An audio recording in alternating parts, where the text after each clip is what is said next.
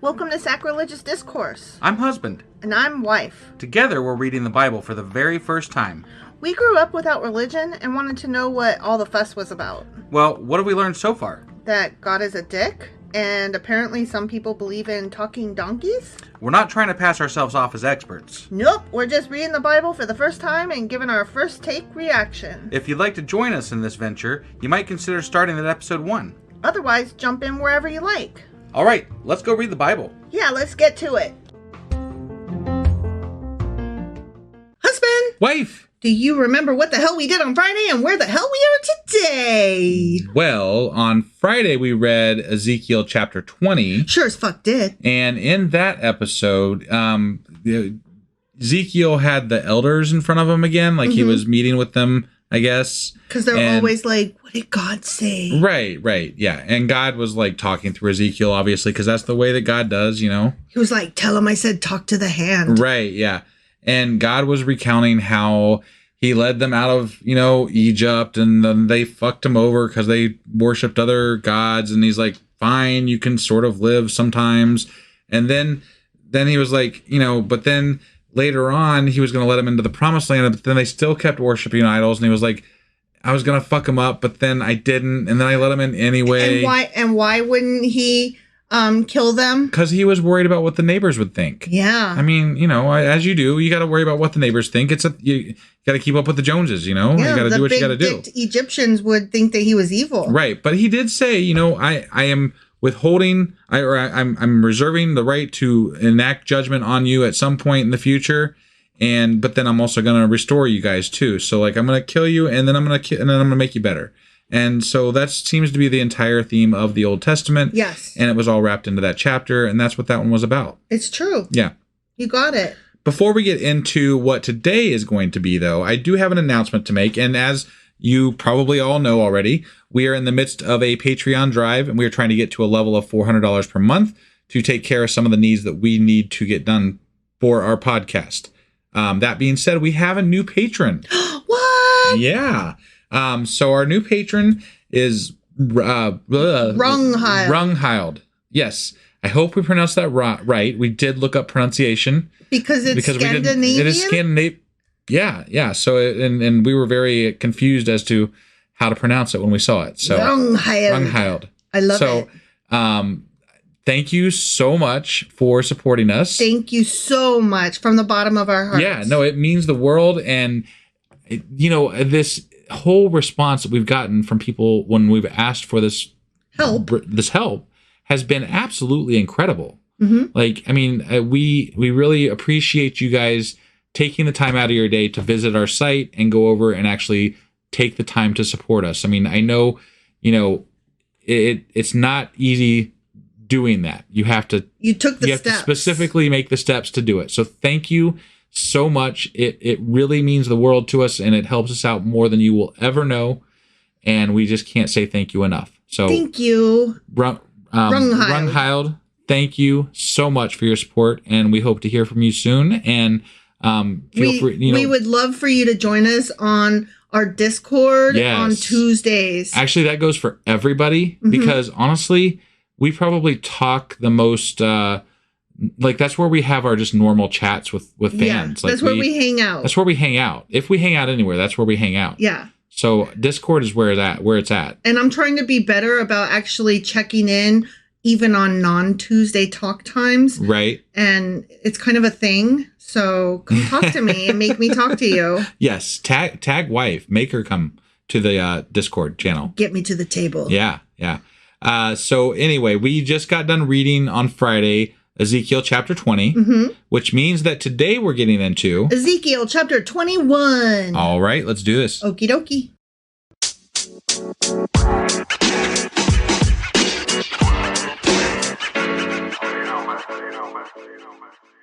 All right, we are hopping into Ezekiel chapter 21. Or as I like to call it, Ezekiel chapter 21. But Ezekiel is so much more fun. It really is. You're right. You win that contest. I just want to make sure our listeners know what they're listening to. Well, that's the only reason. Otherwise, it's Ezekiel all the way, Before we actually begin reading, though, I have a couple of notes that I should deliver. Okay. Yeah. So chapters 20 through 24, so that includes the one we did from on Friday. Right? Yeah.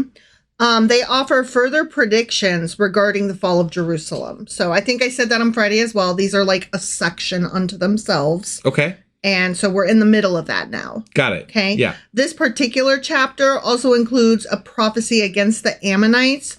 That's beside the point.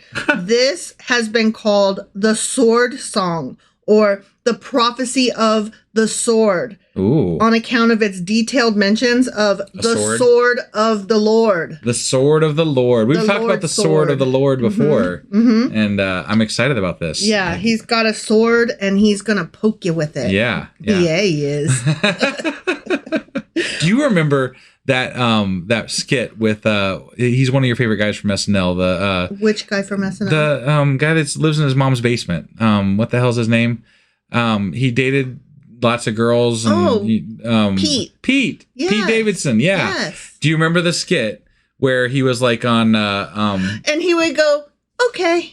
Yeah. And he had the sword and he was like on like a fantastical adventure or whatever, and like he's like, okay. And like just the whole way, it was great. It was great. I'm sorry. I'll have to put a link in the show notes for that, because I am doing it no justice here.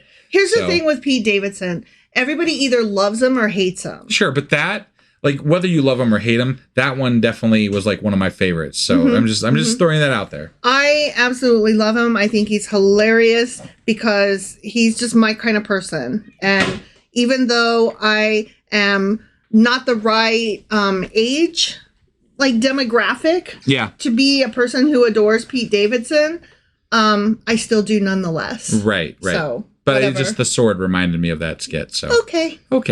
Yeah. Okay, ready? Yeah. The word of the Lord. Okay. You're an idiot. The word of the Lord came to me. Did it? The way it does. Every fucking chapter. Yeah. Son of man. Yeah, mere human. You fucking worm. Yeah. Set your face against Jerusalem and preach against the sanctuary. Prophecy against the land of Israel. And say to her, prophecy against your own land. Yeah. This is gross. Right. And say to her, this is what the Lord says. I'm against you. I wish you were against me. Oh, yeah. I will draw my sword from its sheath and cut off from you both the righteous and the wicked. The righteous and the wicked. I'm going to cut you all up, good and bad. Why? Everything. What is... You know how you have cancer in one boob? I'm going to cut both of the boobs off, as well as your arms. I don't understand the bringing judgment on the righteous. Like, I'm killing all y'all. You're saying literally, even if you're good, I'm going to kill you. Yeah. Okay. Yeah. All right. Because I'm going to cut off the righteous and the wicked, my sword will be unsheathed against everyone from south to north.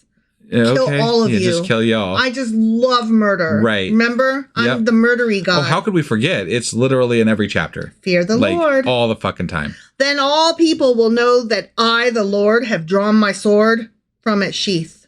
I guess so. It will not return again.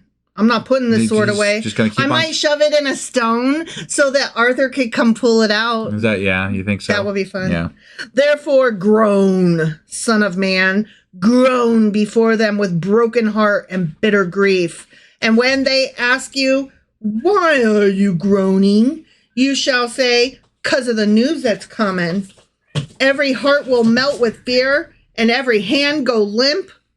How could I read all this and not feel like it's just a big dick metaphor? Right. Well, it is. Right? Essentially, like, most of the shit in here is definitely male-oriented references for sure. Yeah. So, well, anyway, regardless if it's actual dick reference or just like the masculinity of maleness, he's still unsheathing his sword, right? Yeah. So that you go limp. Right. Okay. Yep. Every spirit will become faint, and every leg will be wet with urine. You're gonna pee yourself. Okay. Yeah. Your leg. You know why it's wet? Because of his massive sword. Because you peed on it. Yeah. It is coming. Oh, yeah, it is. I'm sorry. I'm such a child. It will surely take place, declares the sovereign Lord. Yeah. The word of the Lord came to me. Again, it came to you, okay? Son of man, You mere human. you fucking worm. Yeah. Prophecy and say, this is what the Lord says. A sword, sharpened and polished. Sharpened for the slaughter. Polished to flash like lightning. Yeah. I'm going to get you.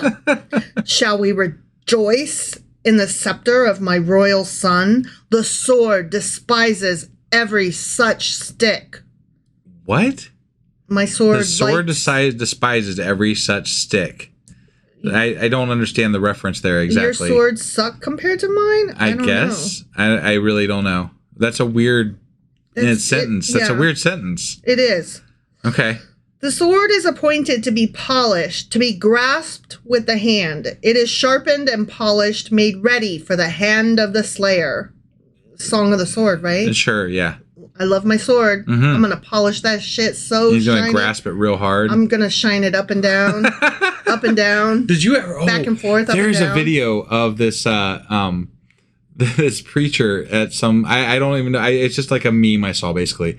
But like this preacher pulls out like a fucking sword or a rod or something, and he's literally... he's probably referencing this actual chapter when he's talking about this based on what I'm, remember seeing. But he literally starts stroking the fucking sword on stage in front of everybody, and it looks like he's fucking jacking off the fucking sword. I'm like, what are you doing? I'm polishing my rod. What? I mean, yeah, but like that's exactly what they're describing here. Yeah. I'm like, oh my God. Yep. Cry out and wail, son of man. Yeah, that big sword's gonna get you. For it is against my people. It yeah, sure it the is. Fuck is. Yeah. It is against all the princes of Israel. They are thrown to the sword along with my people. Therefore, beat your breast. Yeah. Do it. You gotta, yeah. Testing will surely come. And what if even the scepter, which the sword despises, does not continue, declares the sovereign Lord. What if even the scepter that the sword despises does not continue? I think he's talking about like royalty, like the royalty's going to come to an end. All right. So then, son of man, prophecy and strike your hands together.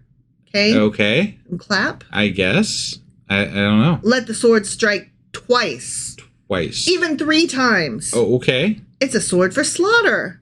A sword for great slaughter, closing in on them from every side. I mean, okay, it's a sword. That specifically for slaughter, yes. Yeah. It's not meant for cooking steak. Right. It's not meant for getting dressed. It's not meant for painting your fingernails. No. Swords are meant for slaughter. Yours is no different. Yeah. You like to kill. You have a tool for killing. Yeah. Right? Yeah. Okay. Just making sure we're on the same page here. Right. I mean, weapons are weapony. Look, I mean, we've been joking a lot through this episode because, the references just kind of ring true for phallic references and what have you. So, but the truth is that this is still a gross, just symbolism for murdering fuck tons of people. I like to murder. Fear the Lord. Yeah. And this is just disgusting. Like the fact that they view religious practices as a reason to murder people. And this is let's not kid ourselves, that's what's happening here. Right. If you don't do these specific religious practices, you deserve to die. Yeah.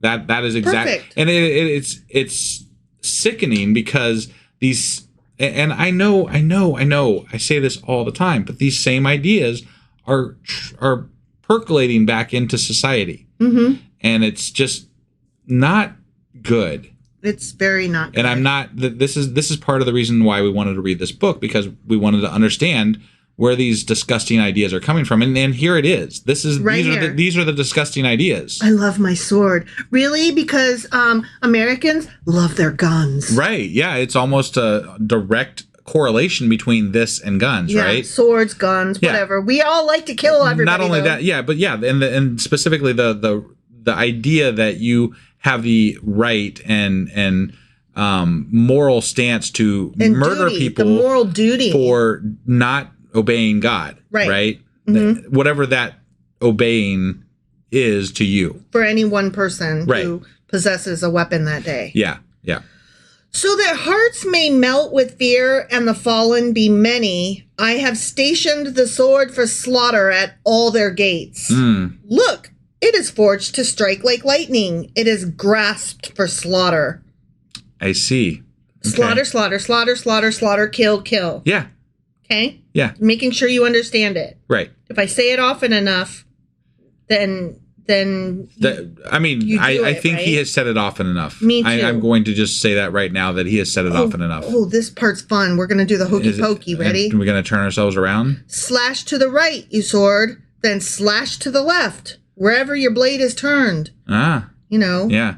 To the right, to the left. Yeah. Right. I too will strike my hands together and my wrath will subside. I, the Lord, have spoken. It will subside, huh? The word of the Lord came to me. Wait, this is still the same chapter, right? Yeah. Where the word of the Lord has come to Ezekiel like 3 fucking times in this chapter. The third time now, yeah. We have to keep mentioning that we can't just continue the story. These are separate instances apparently that the word has come to him. Never forget. Okay. It's always the Lord. Yeah. Son of man. Yeah, mere human. You fucking worm. Mark out 2 roads for the sword of the king of Babylon to take. Both starting from the same country. So we're doing more play acting dollhouse. Okay. Yeah. Make a signpost where the road branches off to the city. Mark out 1 road for the sword to come against Rabbah the Ammonites and another against Judah and fortified Jerusalem. For the king of Babylon will stop at the fork in the road at the junction of the 2 roads to seek an omen. He will cast lots with arrows. He will consult his idols. Hold on. He will examine the liver. Wait. Who's going to cast lots and consult idols? The king of Babylon. Oh, okay. He's saying the king of Babylon, Nebuchadnezzar, I think. Sure. He's going to come walking down his little path. He's going to reach a crossroads. Yeah. And he's going to have to stop and think, which way am I going? Do I want to go kill the Ammonites today or do I want to attack Jerusalem today? Right. Let me throw the bones or whatever and decide. Got it. So he's going to do 3 things. He's going to cast his lots. He's going to write the name of each city on one of the arrows and then toss them. Okay. All right. Then he's going to consult his idols. So he's going to pray or whatever. Yeah. And he's going to examine the liver. Okay. So he's going to okay. And he's going to look at the liver, right, yeah. So I actually have a little bit of note about that. Okay. Let me scroll down my notes. Here we go. There's a thing called hepatoscopy, which is divination based on the analysis of sheep livers, and it was widespread in the ancient Near East. Oh, okay. So all right. There's a word for it. Got it. For killing an animal and then looking at its liver to get clues. It's like getting a palm reading, only way more disgusting. Right, or reading tea leaves. Right. Except killing an animal to do so. Yeah. Right. Putting the liver in the teacup. Yeah. Yeah. Into his right hand will come the lot for Jerusalem, where he is to set up battering rams, to give the command to slaughter, to sound the battle cry, to set battering rams against the gates, to build a ramp, and to erect siege works. It will seem like a false omen to those who have sworn allegiance to him, but he will remind them of their guilt and take them captive. Okay. So it's just basically saying, yeah, he's going to attack Jerusalem and get you guys. I got it. Therefore, this is what the sovereign Lord says. Because you people have brought to mind your guilt by your open rebellion, revealing your sins in all that you do, because you have done this, you will be taken captive. You profane and wicked Prince of Israel, whose day has come, whose time of punishment has reached its climax. Just to reiterate, the Prince of Judah at this point is Zedekiah. King Zedekiah. King Zedekiah, right. But they always refer to him as the prince. In this book, anyway. In this book, because since he was placed there by the Babylonian king, they say that he's not the true king. Right, which strikes me a little bit insofar as, like, Ezekiel is either playing a political game here, too, like, by writing down that he is a prince, or at the very least, this was edited by the Babylonians or something. You know, like something happened to make that wording change to where he's not a king versus, he's a prince. Let's not forget that Ezekiel is in Babylon. Right. No, so that's how they would refer to. That's how the Jews in Babylon would refer to him. Right. Because they're not in Jerusalem, so they're like, that is not the king. Like, what the fuck's going on down there? Okay. All right. So Fair enough. They're like, the last we knew, I think, Joachim or whatever. Was the king, and they're like, that's the king. This is just a little fucking play prince. Got it. Okay. So just wanted you to kind of have that perspective that they're not right there where it's happening. They're actually in captivity. But again, he's saying the words of the Lord, and you would think that the Lord would be able to get that wording correct between Jeremiah and Ezekiel, right? Yeah. But it's not. It's different. Right. Because it's not God. It's two different dudes playing two different political games. Yeah, because these are literally the words of God, right? Whereas the words of God, when Jeremiah said them, it said king. Yeah. So, I mean, there is no correlation between how God is talking to one prophet to the other at the same exact time, which to me debunks the whole fucking thing anyway. Yeah. Like right there, that alone is just stupid. Yeah. So God is the one talking to you? No, bullshit. Right. You're talking to your fucking self. Yeah. Yeah. Yeah, these two dudes were playing different games in different cities. Yeah. And their words did not match. Right. They matched enough to put in the Bible, but they didn't match enough to actually make logical sense. Right. So. This is what the sovereign Lord says. Take off the turban, remove the crown. It will not be as it was. The lowly will be exalted, and the exalted will be brought low. A ruin, a ruin. I will make it a ruin. The crowd will not be restored until he to whom it rightfully belongs shall come. To him I will give it. Okay. And that's either Jesus, if you're a Christian, hypothetically, or Zombie David line of people, if you're Jewish maybe, or just some random person at some point. Well, it was Cyrus at one point too. Yeah. Because like he was considered that savior of Judaism or whatever too. Yeah. Just depends. Yeah, it depends on who you're asking and what time frame it is and whatever. Yep. Somebody yet to come that we don't know. Somebody yet to come, yeah, sure. All right, now we're moving to that Ammonite section. Okay, yeah. So we're off that now. Got it. Okay. Yep. And you, son of man. Yeah, mere human. You fucking worm. Prophecy and say, this is what the sovereign Lord says about the Ammonites and their insults. A sword, drawn for the slaughter, polished to consume and to flash like lightning. Okay. Okay, he's going to kill Ammonites now. We love killing people. Despite false visions concerning you and lying divinations about you, it will be laid on the necks of the wicked who are to be slain, whose day has come, whose time of punishment has reached its climax.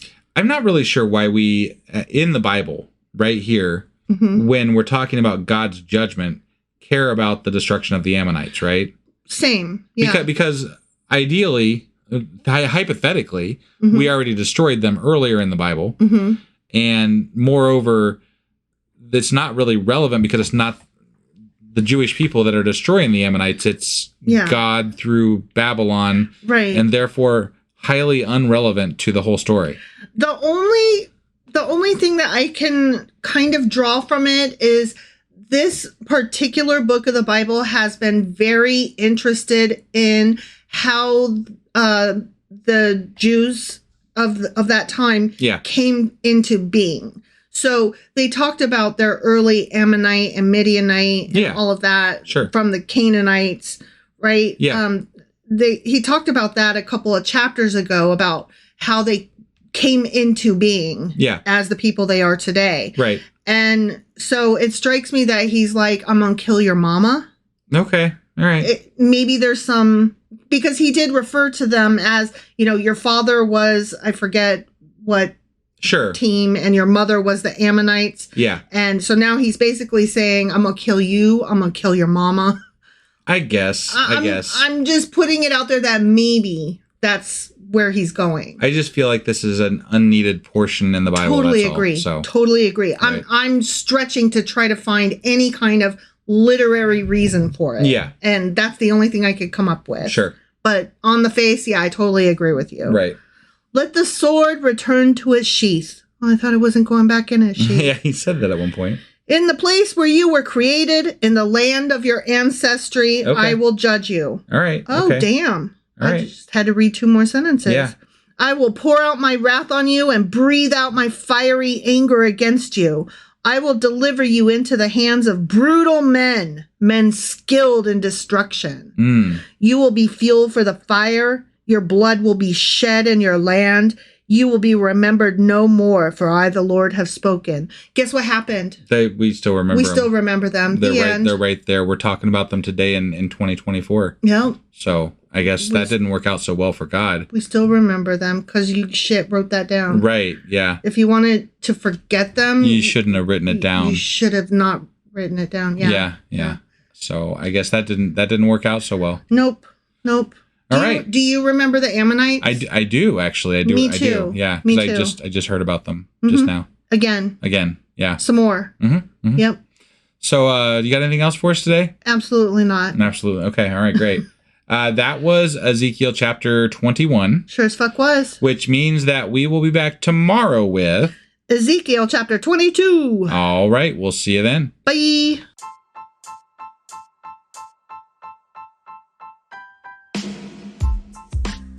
Hey, wife, I guess that's the end? But husband, that's just sad. It doesn't have to be. We are on lots of social media platforms like Twitter. Our handle there is sacrilegious_D. For D's nuts. Oh my God. Stop doing that. Anyway, we're also on Facebook, Instagram, and Pinterest. There's a link to all of our social media sites at our website. Ooh, we have a website? Yeah, it's sacrilegiousdiscourse.com, where you can also find a link to our merch shop. We have a merch shop? Yep, we have podcast-themed clothing, mugs, notebooks, and more, as well as an atheist and science-themed products. Wow, our fans should really go check that out right now. Definitely. They can get in touch with us by sending an email to sacrilegiousdiscourse@gmail.com. But before they do that, we could really use some help. Oh yeah? With what? Well, it's not free running the podcast, and we need some financial support in order to get better equipment, which will free up time so we can concentrate on our podcast and our fans. Okay, so what should they do? Head over to patreon.com/sacrilegious discourse and sign up as a contributor on our podcast. Supporters there receive additional bi-weekly episodes that we record just for our Patreon members for as little as $2 a month. Also, we'd really appreciate it if you would like and subscribe on whatever platform you're using. And Apple Podcast reviews help us out tremendously. Like and subscribe. Leave an Apple review. Join us on Twitter. Support us on Patreon. That's a lot of instructions. Don't forget to say thanks. Thanks. Okay, bye.